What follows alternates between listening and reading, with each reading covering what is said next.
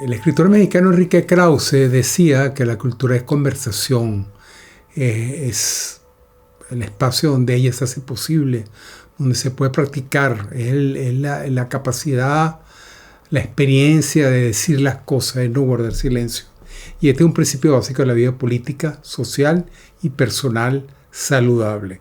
Lo demás es la mentira pura y simple, o la negación de la verdad, que también puede ser el ocultamiento. Y el nombre del diablo, como me decía un sacerdote amigo mío hace una semana, es ocultar, esconder, ocultar. Y en este sentido, si la cultura es el espacio donde decir las cosas, en Venezuela, obviamente, Spinoza sería censurado por pedir tolerancia y criticar el autoritarismo. Sería enviado al helicoide. Y en nuestro país, obviamente, también Jesús sería enviado de nuevo al helicoide por los nuevos inquisidores. Dostoyevsky, el gran inquisidor de los hermanos Karamazov, quedaría pálido en el sitio en comparación con la maldad y con las imposiciones de estos nuevos censores. Sin embargo, el odio no es nuestro reconocimiento de la realidad parte de allí, de una incapacidad para negar. O sea, ¿cómo podemos entender desde esta perspectiva lo que pasó el 24 de junio, los dos terremotos que azotaron y destruyeron buena parte del estado Vargas y de Caracas? Bueno, bienvenido una vez más al programa Ecos de 1986. Estas son unas reflexiones apenas que vamos a intentar compartir con ustedes para tratar de entender nosotros mismos y en público lo que opinamos al respecto. Hace poco leí una entrevista de Philipp Felsch, autor de un libro sobre el filósofo Jürgen Habermas, que fue publicado recientemente en la revista alemana Der Spiegel. Y él decía que Habermas, este autor que escribió un libro sobre él, Habermas veía a Alemania como una comunidad política postnacional. No estaba basada en un ideal nacional, en una identidad republicana que viene desde la época de Simón Bolívar hasta el presente, que se intenta mantener y que intentamos respetar. Alemania, a su juicio, no era una comunidad postnacional, tampoco era una unidad étnica.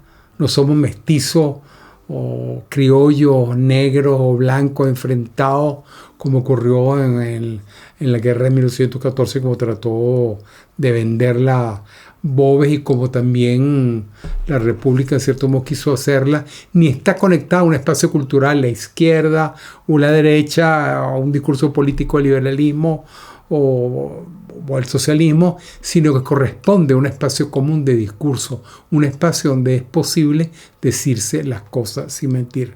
Para Habermas, reducir el país, reducir el espacio que hace posible esta comunidad venezolana, en el caso de Alemania, fue consecuencia de la catástrofe del nacionalismo y del holocausto, y en nuestro caso obviamente tenemos que hablar de la consecuencia de esta incapacidad para vernos como comunidad. Está en la tragedia de los 30 años de chavismo, una tragedia de dimensiones incalculables en todo sentido, y lo cual obviamente tendremos que aprender a reconstruir el país, no solamente en su infraestructura, en su vivienda, en sus hospitales, puentes, autopistas, universidades, sino sobre todo fundamentalmente en nuestra psique, en nuestras mentes y en nuestro corazón. Hay muchas personas destruidas, no solamente físicamente, no solo emocionalmente a nivel familiar, sino a nivel mental.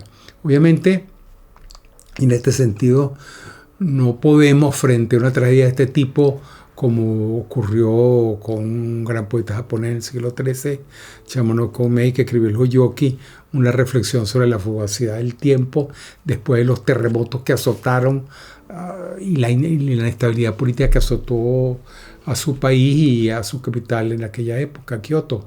Es decir, no somos eremitas, no podemos refugiarnos, aislarnos del mundo, tampoco podemos dejar de reconocer la impermanencia de todo, pero sí podemos recordar lo que le decía Gandalf a Frodo en aquel primer tomo del Señor de los Anillos, escrito por Tolkien.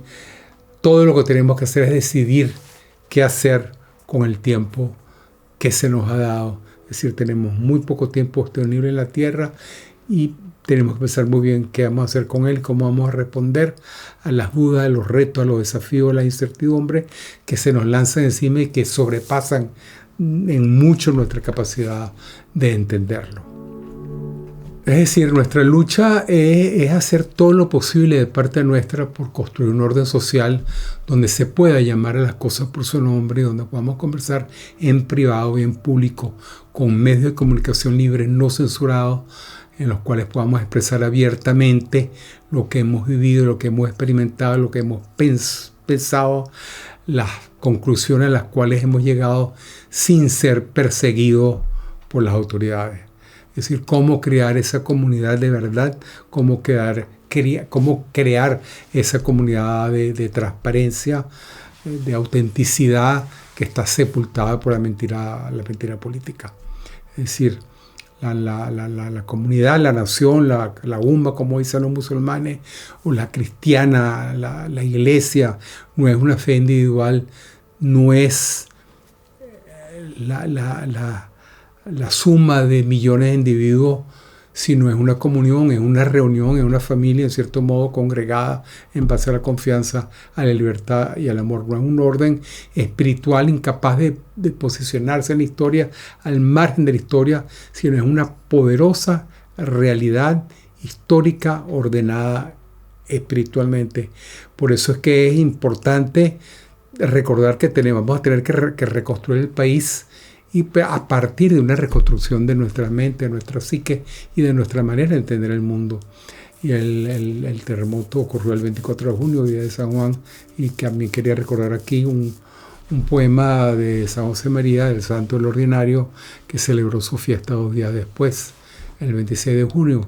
Y él decía: mi vida es toda de amor, y si en amor estoy ducho, es decir, soy experto, versado, si tengo experiencia, es por fuerza del dolor, porque no hay amante mejor que aquel que ha sufrido mucho. Y es ese amor el que nos da la fuerza para llamar a las cosas por su nombre. Y estamos en una encrucijada en la cual no puede prevalecer ese deseo de rencor, de venganza, de resentimiento, esa ambición desmesurada que ha sido propiciada desde Miraflores. Tenemos que aprender a amar desde el dolor y a reconstruir nuestras vidas desde el dolor, por más difícil que parezca. Pero les agradezco de nuevo esta posibilidad de compartir con ustedes algunas reflexiones desde este canal, y gracias de nuevo y todo lo mejor. Todas nuestras oraciones están con ustedes.